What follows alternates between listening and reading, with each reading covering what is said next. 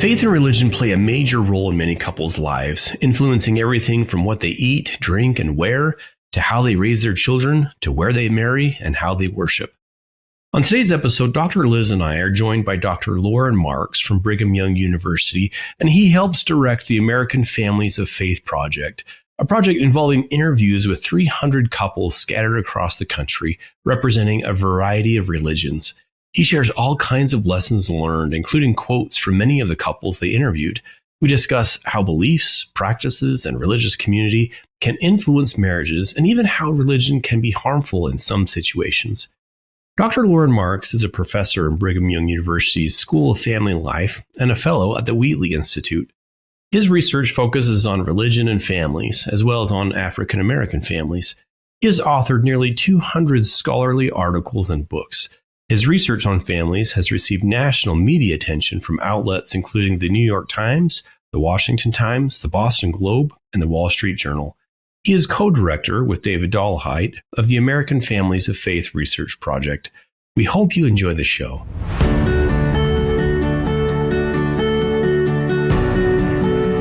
Hey friends, welcome to another episode of Stronger Marriage Connection podcast. I'm Dr. Dave here at Utah State University alongside Dr. Liz Hale, our licensed clinical psychologist and therapist. She's actually joining from Hawaii today. Liz, I'm so jealous. Grateful that you're joining with us today. I'm really excited about our guest today. We know Liz from ancient texts to modern research and in the lived experiences of countless couples. Faith and religion have served as bedrock foundations for lasting marriages. These spiritual connections, they shape everything from daily routines to life's biggest decisions, influencing how couples parent, they navigate challenges, and build their shared lives together. Well, today, we're delving deep into this fascinating intersection of faith and marriage with someone who has dedicated his career to understanding it, Dr. Loren Marks from Brigham Young University. Now, Dr. Loren Marks is a distinguished scholar in this field, but he's not just that. He's also a dear friend and colleague who brings both academic insight and personal wisdom to this vital conversation. Welcome to Stronger Marriage Connection, my friend Loren. Thanks for having me, Liz and Dave. Appreciate it.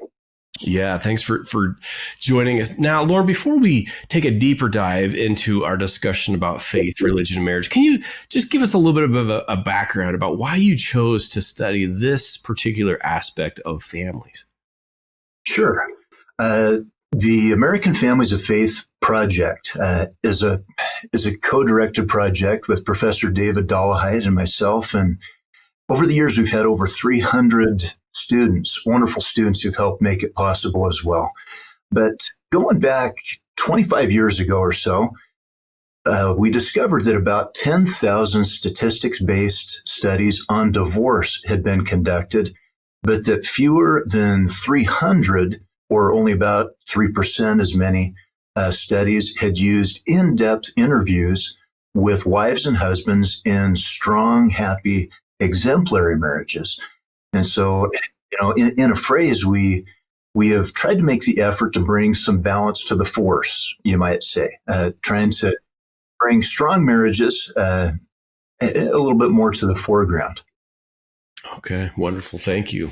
There is something to be said for studying what is working, right, Loren and Dave, instead of what's not working. And it's quite different, I understand.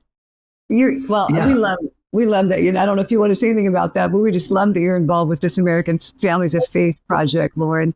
And what about your particular direction or your aim and connection with marriage? Where do you come in, my friend?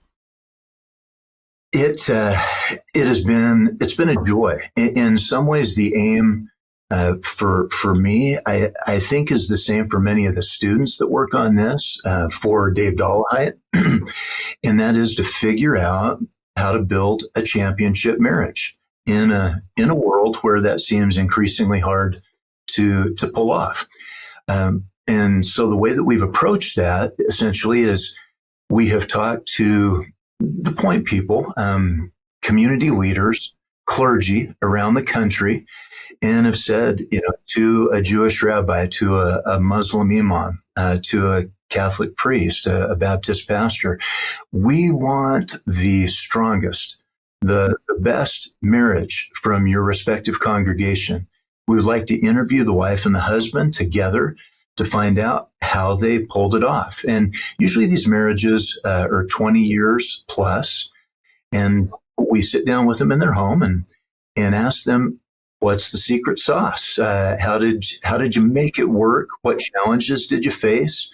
And how did faith, in a multifaceted sense, how did faith help make this possible? And so that's the genesis of the project.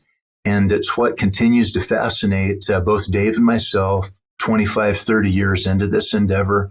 And it's really intriguing to have students, some of whom are not yet married, some of whom are newly married, be right in the mix, helping and contributing. Mm-hmm. Wow, that is so cool. What a compliment to be called or to refer maybe to your own marriage as a championship marriage. Some days I could refer to my marriage that way. Other days or other moments, not so much. I hope I'm not the only one that feels that way. That's right. Yeah, that's right. Loren, one of the things I appreciate about this is just the vastness. This is not a limited sample, that you have all kinds of faiths and backgrounds and Abrahamic faiths. So let's really dial into this. I'm really curious about what you have found and how actually religion can strengthen marriage. You mentioned three distinct areas. Religion can strengthen beliefs, practices, and community. Can you walk us through each of those and give us some examples? Absolutely. Been looking forward to this. In a nutshell, Liz and Dave, we've interviewed over 300 powerful marriages from around America now. They hail from over 20 different faith communities. Interestingly, we've got a number of immigrants from outside the U.S. and more than 20 different nations are represented as well. Over half of the folks we interviewed are from racial and or ethnic minorities. And so it really is a richly diverse sample, which makes it even more intriguing when we see things that come up again and again from wives and husbands across race, across religion, across regions of the country. And it gives us additional confidence that what they're talking about might matter to many marriages and not just their own.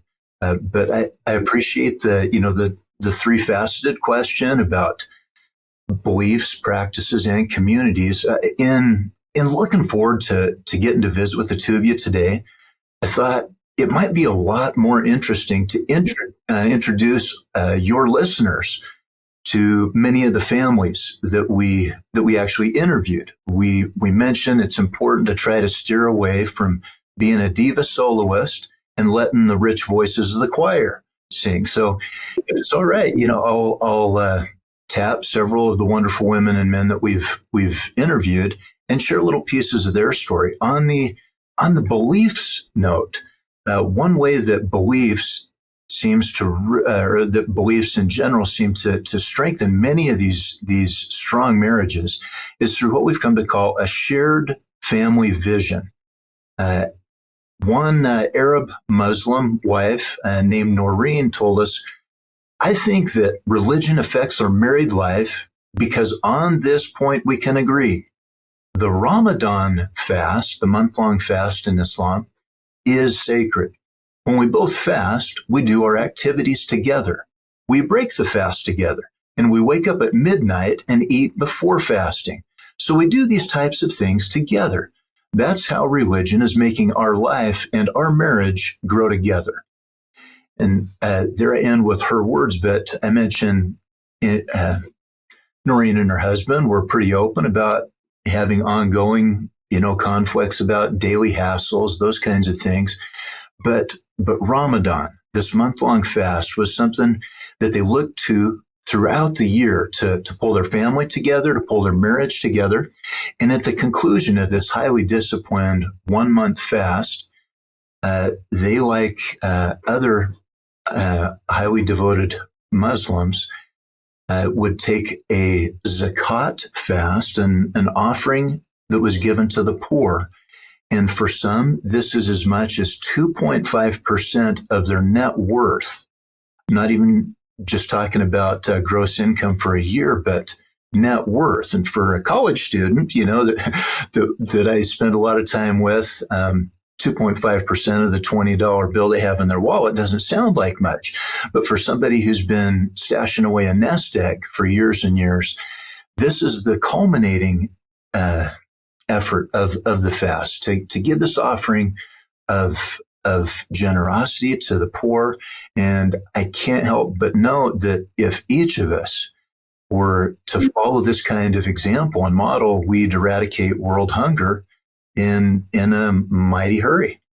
So wonderful to hear that example from a Muslim family. On the note of the shared family vision, a couple named Holly and Jared, who are members of the Church of Jesus Christ of Latter-day Saints, told us in terms of this shared family vision, we know that we are going to be married forever. We know that neither one of us is going anywhere. Even if we're having a miserable day or week or month, if it comes to that, we are not worried that the other person is going to take off. And we're not worried that our marriage is falling apart. And while occasionally that might mean that the two of us are taking each other for granted, I think that gives us a lot of security, knowing that the relationship that you are building and the family you're building is something that's going to last forever. And Holly's husband, Jared, added, I have to say these things, my faith, are as much a part of me as my arms. So I often don't stop and think about them, but the whole basis of our relationship is not that we're just here to have fun now, or that we hope things will work out for a while. It's that we're building an eternal unit, that Holly and I are always going to be together. The goals that we're aimed towards are not just 5 years down the road. It's eternity, eternity, eternity.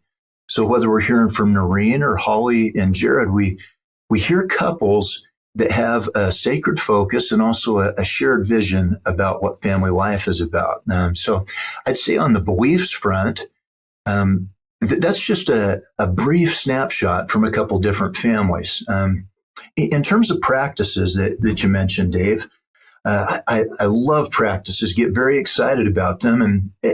And looking at studies from across American Families of Faith Project, we've had several studies that have indicated that some influential practices include saying grace for Protestant Christian families, attending Mass and saying novenas, offering novenas for Catholic Christians, family home evening and family worship for members of the Church of Jesus Christ of Latter-day Saints, and the Shabbat meal and the accompanying rituals of that for Jewish families. And as we just heard a moment ago, the Ramadan fast for many Muslim families. And in most cases, across several studies, these kinds of practices were reportedly meaningful both for the wives and mothers and the husbands and fathers.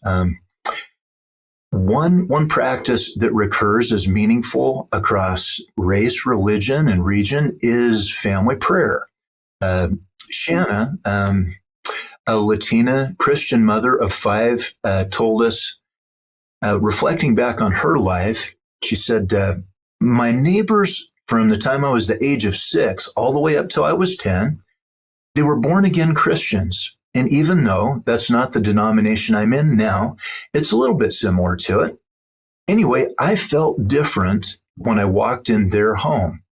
They were really humble people. They always wanted to help others. They prayed as a family together. They read the Bible together. They were never out of place with anything, it seemed. It was different from anything I'd ever seen. There was peace as soon as I'd walk into their home, and I'd just feel at ease. And Shanna, in her interview, went on to mention that now 30 years later in her life, she prays with her children and her husband like her neighbors did 30 years previously. And she commented on some of the benefits that she perceived from that family practice and said, family prayer feels right. It feels good. It feels like this is what every marriage and family should be doing. I'm grateful to be able to do that. If my family I grew up with ever would have done that, it would have been a fond memory that I would have held, but we never did. But our family now should pray more. But when we kneel together and hold hands as a family, it brings a spirit of love into our home and makes the children feel right and lets them know that this is what is right and that this is what they need to do with their families. I'm sure they'll remember it.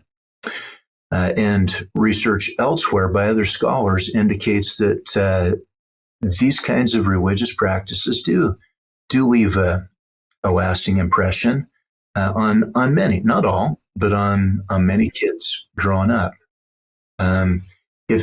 If it's okay, maybe I'll just share one more brief one from a Jewish mother who really, really impressed me conducting the interview, talking about Shabbat, or the Jewish Sabbath. And she, Sarah, said, Shabbat gives us a chance to breathe, to relax. We've had a busy week, and here's our time to be together. We always take a deep breath before we do this and let all the thoughts, the craziness and worries, and everything slip away. I think that when we take the time out and when we light the candles on Friday night, that's a time that I feel really close to my husband and to my 2 children. When we sit across the table from each other, my husband and I, and the candles are lit, and you see the kids to your right and to your left, there is something you get from that is so deep. It's just a feeling that all is right in the world. It doesn't matter what else is going on. Right in that circle, it's awe-inspiring. And, Liz and Dave, can't you? You can almost see the candles lit and the table, can't you? Mm-hmm. Taking that time to set up that beautiful picture. And it just takes a little bit of effort, doesn't it? And intention. We'll be right back after this brief message.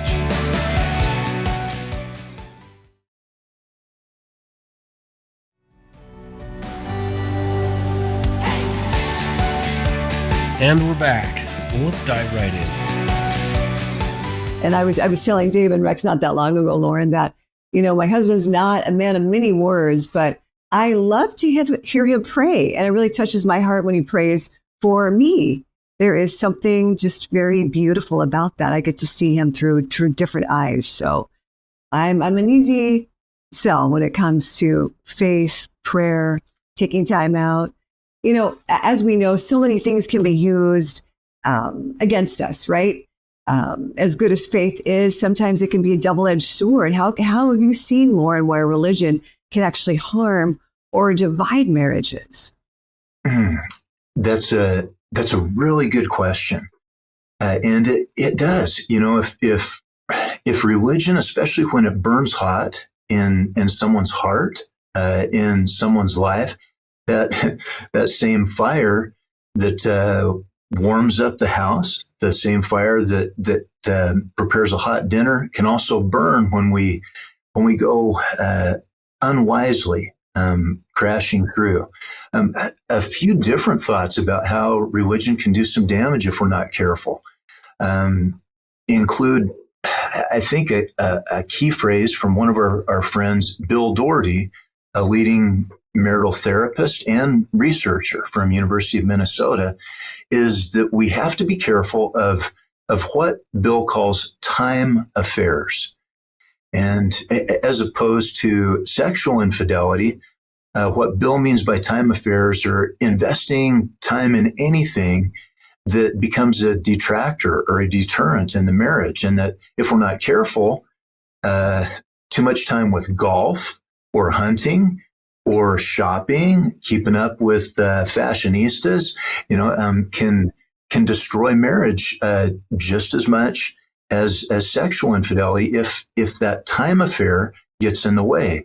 What does it have to do with religion? Well, sometimes if we're not careful, religion, which can be a wonderful influence for good, can become a time affair if we get carried away with it, and it ends up being highly divisive instead of unifying. So that's something that we need to keep an eye out wisely. I think another way that religion can divide, if we're not careful, was captured by one of the great figures in 21st century Judaism, the late Rabbi Jonathan Sacks. And he said, religion is at its best when it relies on the strength of example. It is at its worst when it seeks to impose truth by force. End a direct quote. And so when we have something that we feel passionately about, it it can be easy to become coercive, and damage arises when we take that kind of approach. In some of the American Families of Faith research that Dave Dollahite and I have done, again and again it comes up that we need to balance wisely religious firmness and conviction with a flexibility, a relational flexibility, and that we need to be careful about not being too rigid. If we don't have some structure, we're likely to lose religious ritual altogether and commitment, and that's not what many religious folks want. They want to have structure, but we need to adapt and be sensitive to the needs of those around us. To tell, a negative story on myself, years ago, we tried to do a study of sacred texts each day as a family, and it seemed like we'd slipped into a mode where we were reading and not really studying and discussing. And so I thought, how can we spruce this up a little bit? And so for about a week, we'd read and then we'd have a Q&A session. And that seemed to go great for 3 or 4 days, and then it died and fizzled. And we asked our kids, I said, you guys were asking some great questions a few days ago. Why are you not doing that now? And our 10-year-old son at that point in time, Logan, said, well, because Dad, now every time we ask a question, you just ramble on forever. And it's painful. And we realized, I should have known better. And so now what we try to do is go ahead and cover a couple pages and then go around the horn and have everybody share something that was meaningful personally to them, to try to keep the study in place, being firm, but to have a more flexible approach. So I think that there are a number of ways that religion can do harm if we're not wise and careful and relational in our approach to it. I like the way that you put that, Loren. It reminds me of something that Wally Goddard, you're familiar with Wally and a lot of good work that he has done. We've had him on. He talked about the difference in ritual and a relationship. He says sometimes we can get so involved in whatever it is religiously that we just do it out of habit. We get into this routine instead of the relationship with the divine or relationship with others. And so that's very perceptive. Yeah, you kind of think, okay, are we going through motions or is this an act of, are we striving to deepen a relationship? Any thoughts there? Yeah, I like you, Dave, I love Wally. I think he has tremendous insight, both personally and as a researcher. I think that he is onto something there, and wisely bearing in mind what we hold sacred religiously and also what we hold dear relationally, and trying to find the golden mean, the hybrid between the two is what the wisest, I think, and the best of the couples that we interviewed shared with us. And, with some dangers that come with religion, I think it is critical to note, for example, in a social context with a faith community, that there are many benefits where we can learn how to do this, how to blend relationships and religion wisely and well, wherever we're at. Faith community wise, there are models that we can look around and draw from, not perfect ones, but exemplary ones. One of the benefits, being in a faith community is you tend to have a couple who's 5 years ahead of you in the lifespan. And you can get a preview at what's coming 5 years from now, 10 years from now. There's probably one of those couples in your congregation. And if you're young and fortunate, you may have someone 40 years ahead of you. And so you have a lived model of wisdom and how to blend relationships and faith together in ways that can work. Many of the couples that we've interviewed have referred to this as the strength and support of a church family. If I can just drop a couple narratives there, an African-American couple that we interviewed in New Orleans, not too long after Hurricane Katrina hit down there, shared this with us. This is from a father named Lucius. He said, after Hurricane Katrina, when I was sick, we had two friends, this is a married couple, who came to my wife and told her, if you need money, it's not a problem. And they were wealthy people. They had money. So if we had said, yeah, we would have gotten it. It was not just a remark. It was something they would have done. Fortunately, we struggled through financially some kind of way without having to go to them. But that's kindness you do not see every day. This is from a different marriage, but another Christian family in Louisiana said, this is memorable for me. I remember this well, even though it took place years ago. They said, when it looked bad for us, like we might lose our home, another church member stood behind me and said he would be there to help us if our house was ever at risk.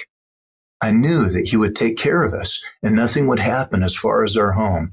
I felt like God put me in that place to have someone else take care of me. That's the end of that narrative. But again, if I can refer to Bill Doherty as a wise head in our field, Bill's talked about how there are friends of us as individuals, as a wife, as a husband, as a person. But we need to come to cherish what Bill calls friends of the marriage, individuals who have a supportive, invested commitment to seeing us thrive in our marriage, in our marriages. And I can't think of a better couple examples to send your way or to our listeners than to stop and reflect that someone who could offer thousands, perhaps tens of thousands of dollars to a sister or brother in their church family is the same kind of person who would support you spiritually, relationally, emotionally, as you're trying to figure out how to weather life storms as a married couple as well. That's powerful, Loren, as I think, as you've reviewed some of these, the beliefs, which turn, practices, things that individuals, that couples, that families do, and then the protective factor of the community, of being there, of showing up, of helping and relying on one another. Powerful concepts. Thank you. Something else that you have said, you say that every marriage is an interfaith marriage. Tell us more about what you mean by that. Yeah, I wish I could take credit for that statement. It is true, I think. Dave Dahlheit and I both believe this. We've both seen it in our own marriages. But, in some ways, the short version of this is that even if you as spouses grew up in the same church, on the same street, maybe even next door to each other, there can still be significant differences in terms of devotion, in interpretation, in practice. Yashin Liu, a marvelous scholar who's worked with us on American Families of Faith, originally from China, a Christian convert from China, discovered in our American Families of Faith interviews a tendency or trend that she referred to as matched level faith marriages. And what she means by that, in contrast or in addition to the concept of within faith marriage, that you can check the same box, the Baptist and Baptist boxes as wife and husband in a marriage, but because there are such varying levels of devotion and commitment, you can have essentially an interfaith marriage, even though you go to the same church on Sunday, or one of you goes and one of you doesn't, in terms of this matched level faith.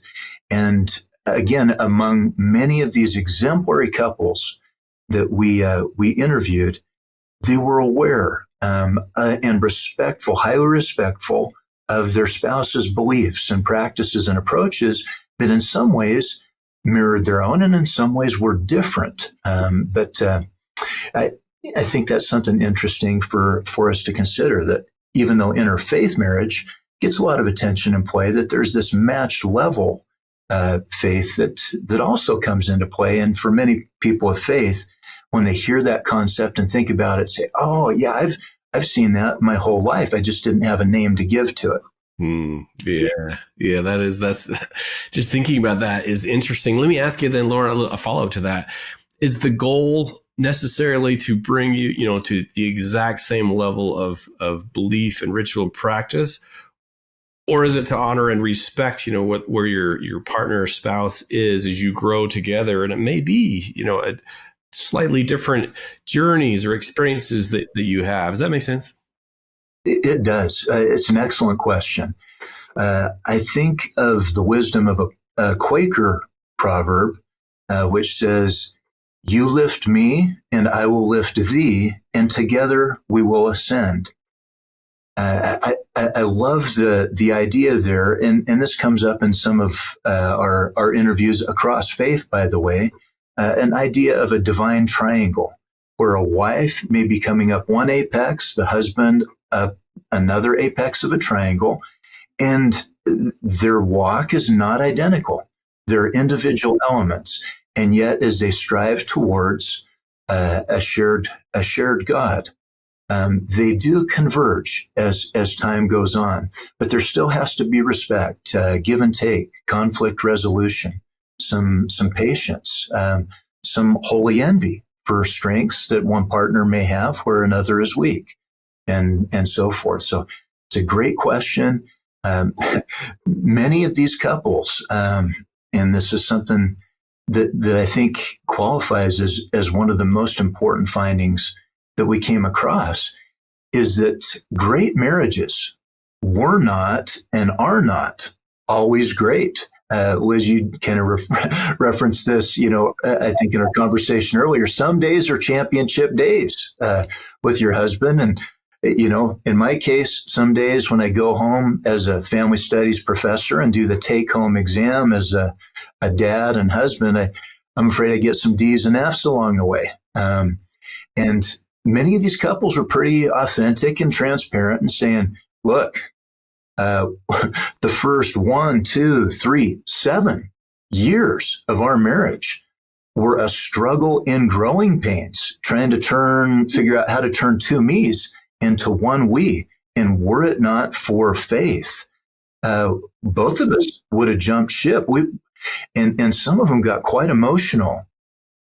Liz, you mentioned earlier what an honor it must be to be selected, by your clergy, saying, "Hey, this wife and husband, they're a championship team. Interview them." And as we told them that, some became pretty emotional and said, "If you had told us that we'd be here at year 2 or 3 in our marriage, when we were struggling hard to overcome selfishness and pettiness, we never would have believed it."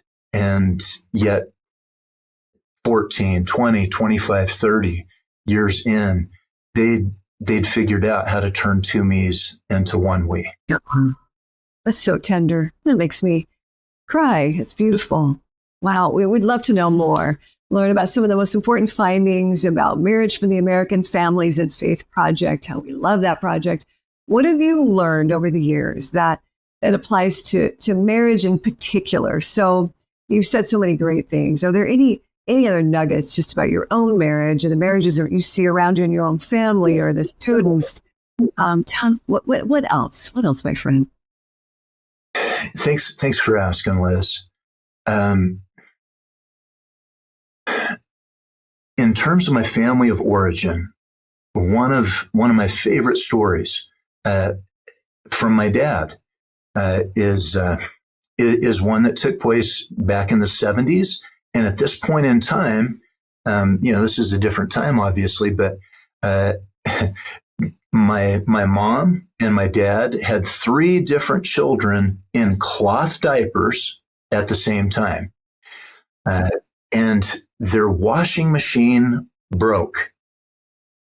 They were at poverty level existence at this point. They didn't have enough money to get the washing machine fixed, much less have a new one purchased. And they were, this was a real crisis. It's August and you've got 3 kids in cloth diapers and no money. Washing machine's not a convenience. It's a, red alarm emergency. And my dad came home from work one day and there was a washing machine on the front porch.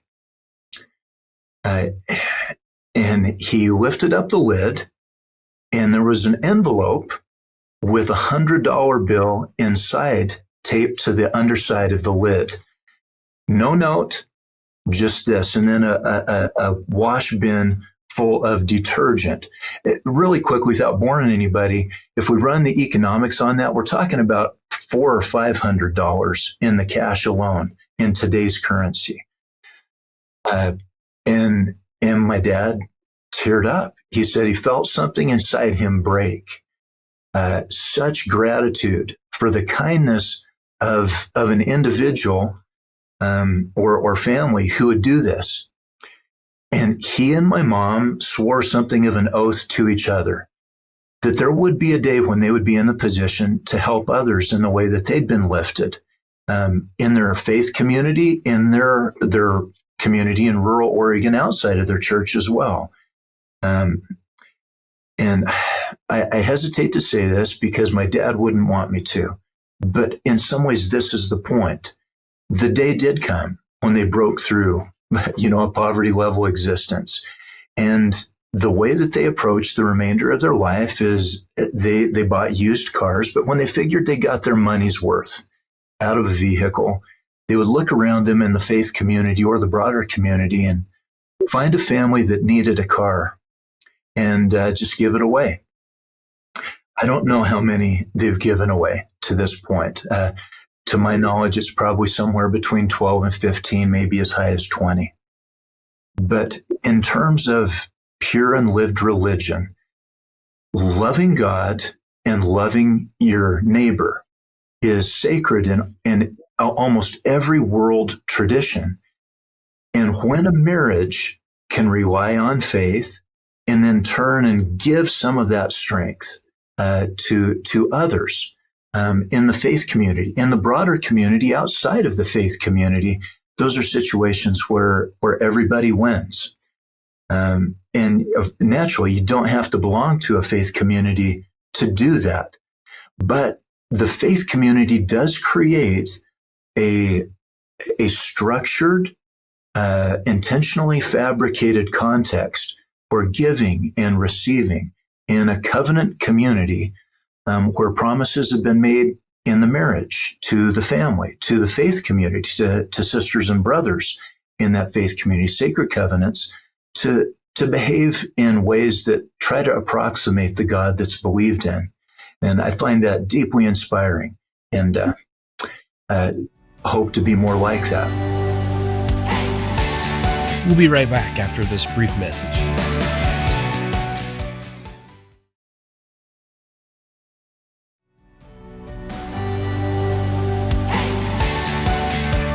And we're back. Well, let's dive right in. Well, Loren, as we wrap up here our discussion, we like to ask all of our guests a question. And the question we ask is, what do you feel like is the key to a stronger marriage connection?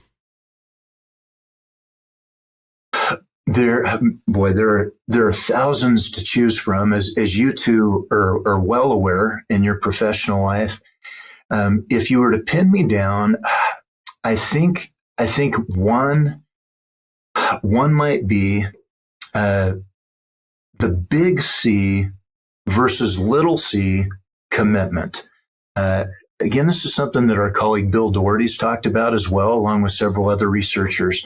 But we found it to be particularly powerful in the championship marriages that we have had the chance to step onto sacred ground with. Big C commitment with a capital C means commitment no matter what.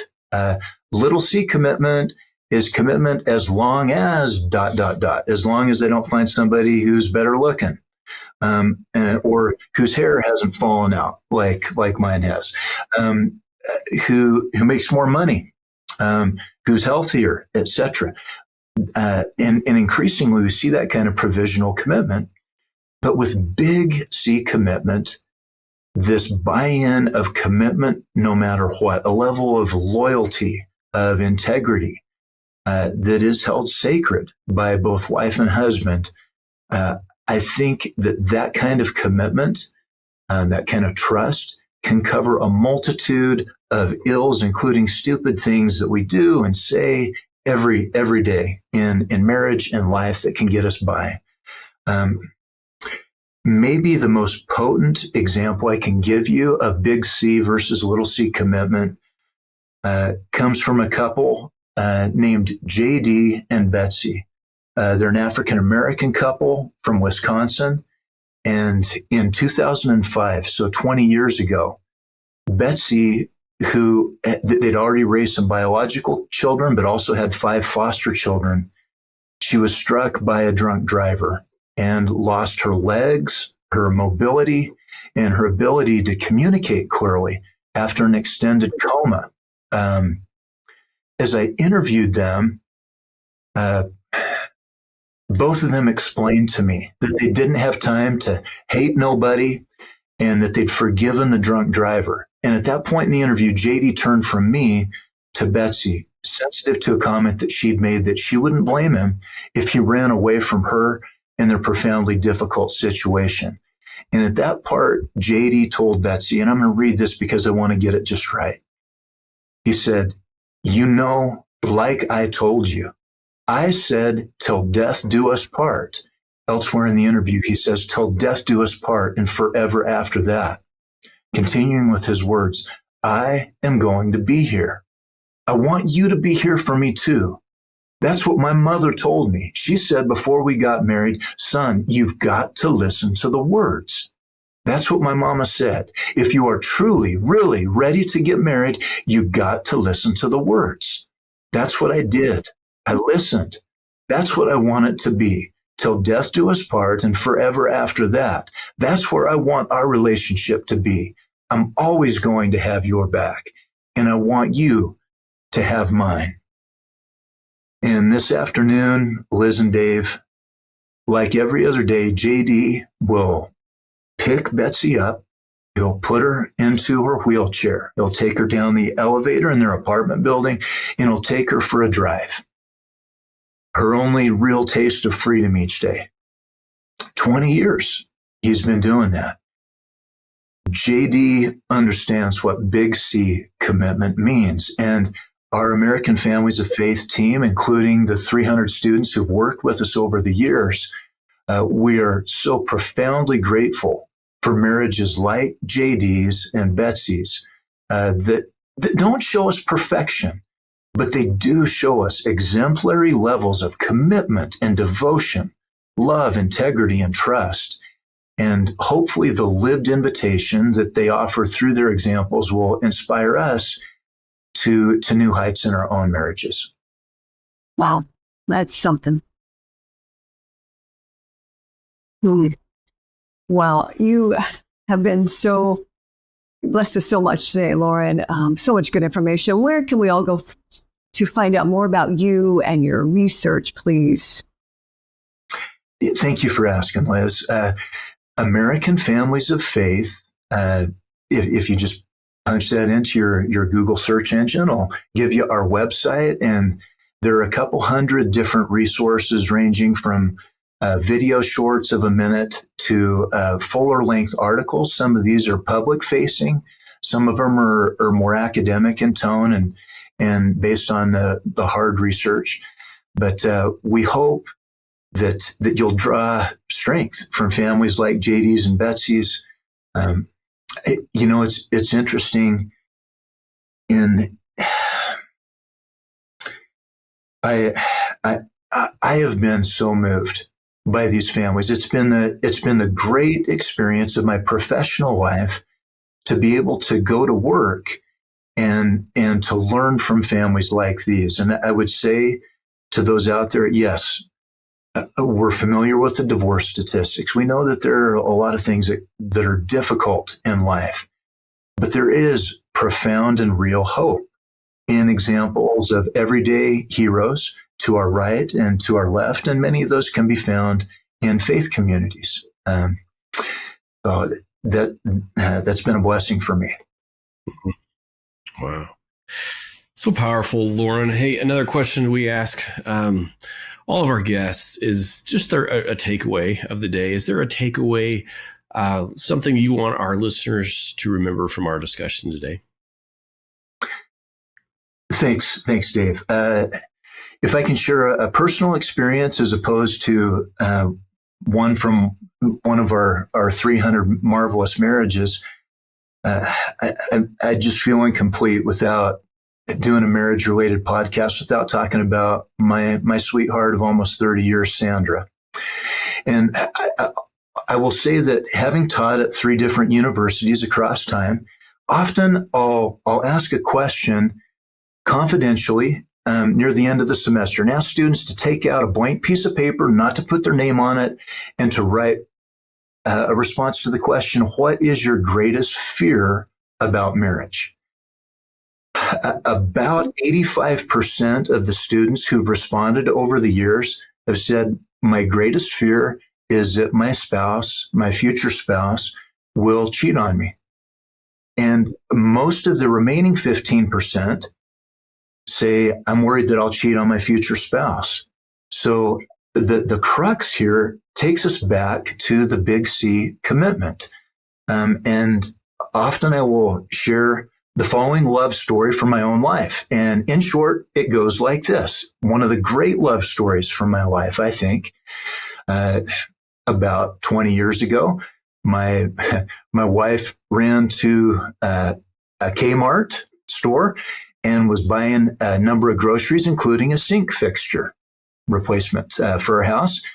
And when I came home from work that day, as I came through the door, Sandra rushed and she said, I've got to go to Kmart. I'll explain when I get back. And I said, I thought that you said you went to Kmart earlier today. And she said, I did, but I'll explain when I get back. So I find out later the rest of the story. Sandra went back to Kmart, went to the customer service line and said to the customer service rep, hey, I got home and I discovered that this $52 sink fixture was not showing up on my receipt. You didn't charge me for it. And the lady at the customer service counter didn't even know what to tell her. Apparently, this is not a complaint. They field a whole lot at the customer service counter, not getting charged. And so Sandra said, tell you what, how about I just go back through the checkout line as though I'm paying for it for the first time, which in fact I am. You guys get your money and my conscience is clear. And the customer service gal says, well, whatever, lady. And then I tell the students, that is one of the great love stories of my life. And they think, hey, come on, that's not even PG-13, where do you see that as a great love story? And then I remind them that for 85% of them, their greatest concern is that their future spouse will cheat on them. And I say, not knowing my wife, just hearing that one story, how much sleep do you think I lose over worrying about whether my wife is faithful to me or not? And there's often a pregnant pause, and then someone will say, none. And I say, why?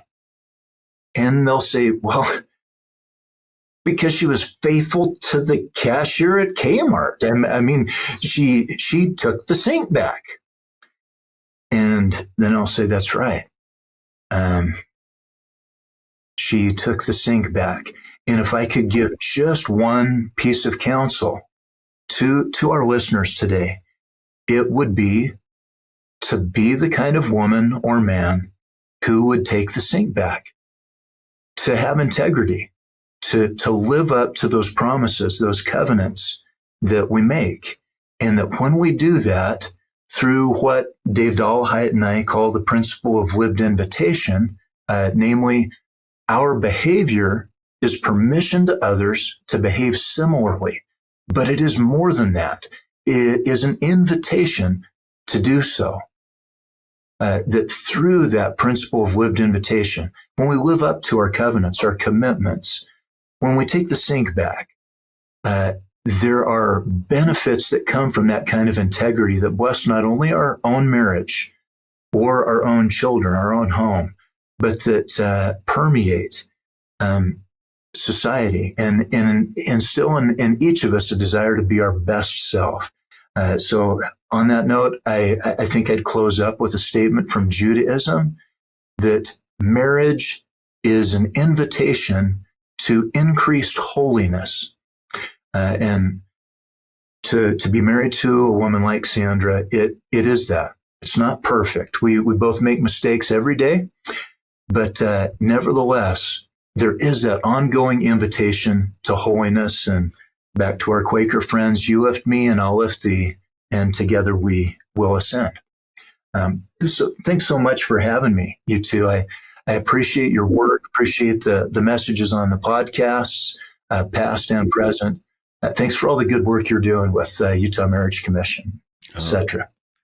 Thank you so much, Loren. This has been so helpful, beneficial, inspiring even. Liz, do you have a takeaway? You know, I was just thinking before Loren even said it was not about perfection. I love that reminder, because I think sometimes we can really get discouraged. We know our faults and our weaknesses, right? Our blind spots come up and catch us off guard. And yet it's really about the big C, commitment. It's the commitment every day to do a little bit better, to lift each other, to be more committed, to be more loving, to be more forgiving. It's just such a message of hope today, Loren. And I've heard your Take Back the Sink story. I'm so glad to make the connection that was yours. I will never forget that. I read that years ago, somehow, some way. And now to see it today is just such an honor. Dave, my friend, what about the richest nugget that you're taking away today with our time with Dr. Loren Marks? Yeah. You're a good buddy.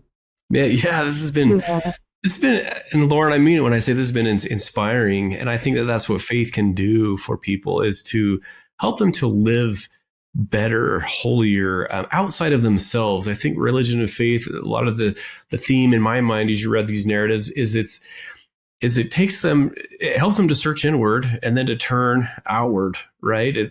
It's not about them. And I think that sometimes without something higher, holier, we can be consumed with ourselves. And so I know for many, including myself, that faith helps me to search inward, to turn outward, to treat others differently, including my wife and my kids, and then to look upward and then keep pressing forward, as I like to say. So this has been, and then another word that I heard you say many times, Loren, is meaning. It's meaningful.